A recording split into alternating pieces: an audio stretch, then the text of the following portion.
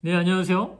1월 26일 와플터치. 오늘 함께 묵상하실 본문은 예레미야서 13장 15절에서 27절입니다. 본문이 좀 긴데 제가 23절까지 한번 읽어드리겠습니다. 같이 들으시면서 묵상하신 후에 본문에 대한 이야기를 나눠보도록 하겠습니다. 네, 13장 15절부터 읽겠습니다. 너희는 들어라, 귀를 기울여라, 교만하지 말아라. 그가 흑암을 일으키시기 전, 어두운 산에서 너희가 비틀거리기 전, 너희가 바라던 빛을 그가 캄캄한 흑암으로 바꾸시기 전에 너희는 너희 하나님 여호와께 영광을 돌려라.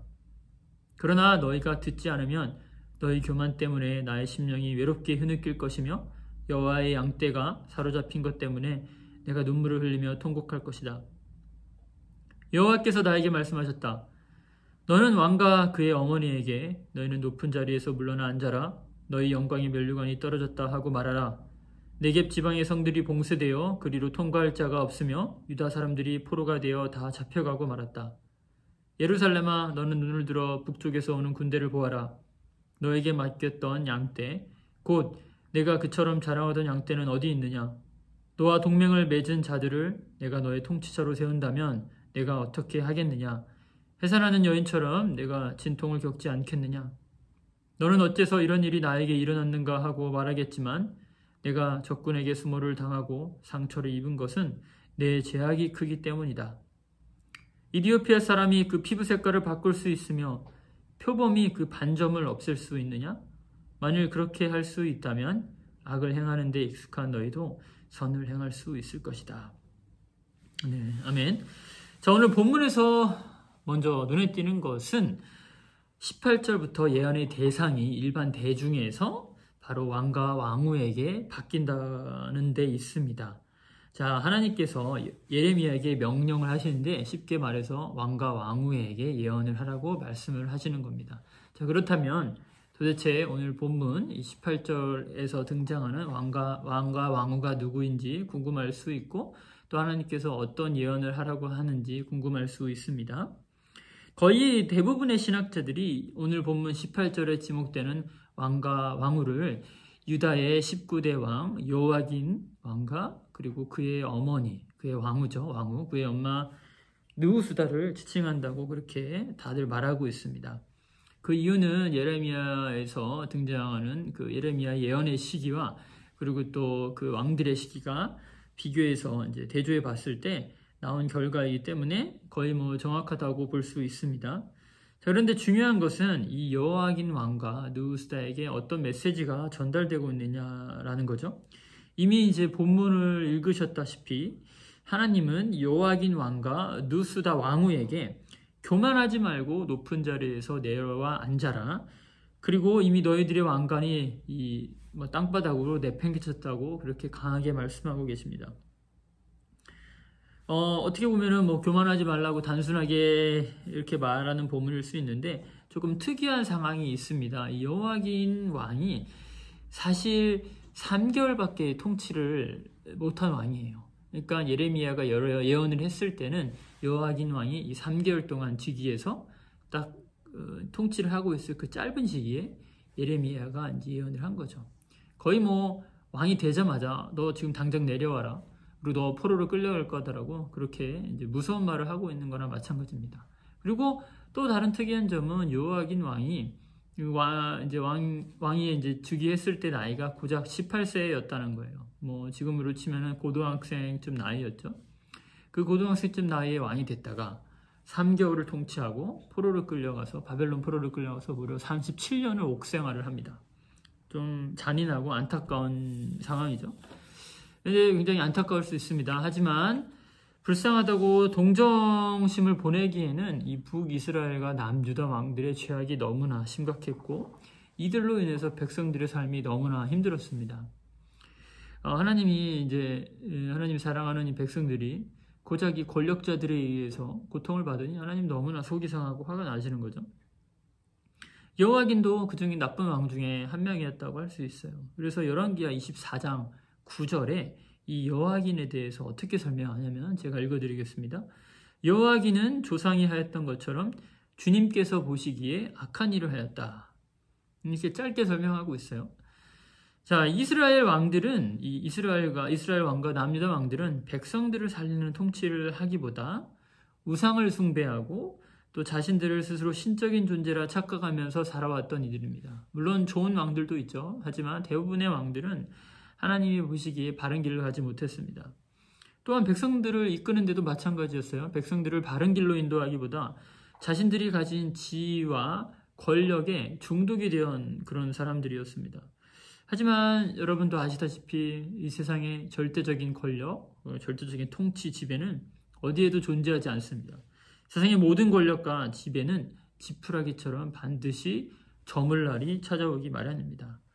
그래서 오늘 본문 22절에 이렇게 한탄한다고 하죠. 내가 어떻게 이런 신세가 되었는가? 어떻게 나에게 이런 일이 일어났는가라고 한탄을 해도 오랜 세월 몸과 마음에 이 찌든 제약된 습성들은 결코 잘 바뀌지가 않습니다. 그래서 그 아버지의 죄악이 아들의 죄악으로 이어지고 아들에서 그 아들의 죄악으로 이어집니다. 그래서 유대 왕들 중에 제대로 된 왕들을 이렇게 찾아보기가 힘들었죠. 하나님은 23절에서도 말합니다. 에티오피아 사람이 자신의 피부색을 바꾸지 못하고 표범이 자기의 그 무늬를 바꾸지 못하는 것처럼 이 죄악에 우리들이 익숙해지면, 죄악된 삶에 익숙해지면 그 습성을 바꾸기가 결코 쉽지 않다고 그렇게 말씀하고 계신 것입니다.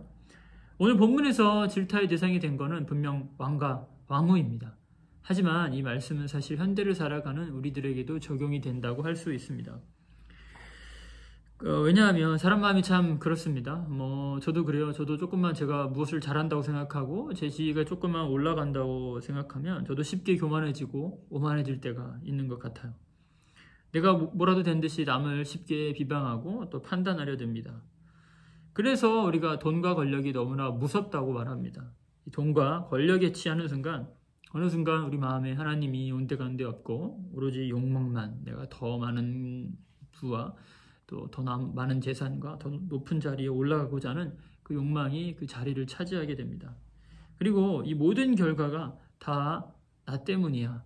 내가 이렇게 잘나서 내가 이렇게 노력해서 된 거야 라는 그런 오만함이 우리 몸과 마음을 휘감게 되는 거죠. 하지만 제가 이제 신앙생활을 하면 할수록 깨닫는 게 있다면 그것은 우리 기독교인들은 나 때문에 이렇게 잘 된 거야. 내가 이렇게 신앙생활을 잘해서 다른 사람들이 복을 받는 거야. 나 때문에 사람들이 혜택을 누리는 거야 라고 말하는 사람들이 아니라 너 덕분에 라고 말하는 사람들이라는 것입니다. 기독교인들은 너 덕분이야, 주님 덕분이야 라고 말하는 사람들이라는 거예요. 우리가 그렇게 말할 때 나의 이웃 덕분이야, 나의 가족 덕분입니다, 나의 친구 덕분입니다, 다 하나님 덕분입니다 라고 진실로 고백하는 사람이 사실상 어떤 신앙의 절정에 있다고 저는 생각이 듭니다. 그래서 예레미야서에서 계속해서 질타하는 그 왕과 왕후들이, 만약 그 왕과 왕후들이 백성들을 향해서 여러분 덕분입니다, 여러분 덕분에 우리나라가 이렇게 참 평탄을 누립니다, 평안을 누립니다 라고 고백하고, 또 하늘을 향해서는 하나님 덕분입니다, 하나님 덕분에 우리가 이렇게 참 좋은 곳에서 또 부족한 것 없이 자족하면서 살 수 있습니다 라고 그렇게 겸손하게 고백하며 살아왔다면 오늘 그 이스라엘의 상황이 조금은 달라졌을지도 모르겠다 생각합니다.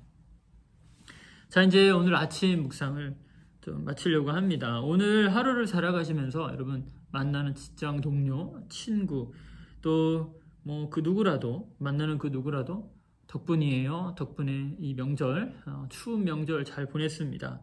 덕분에 추운 명절이 좀 따뜻하게 느껴졌어요.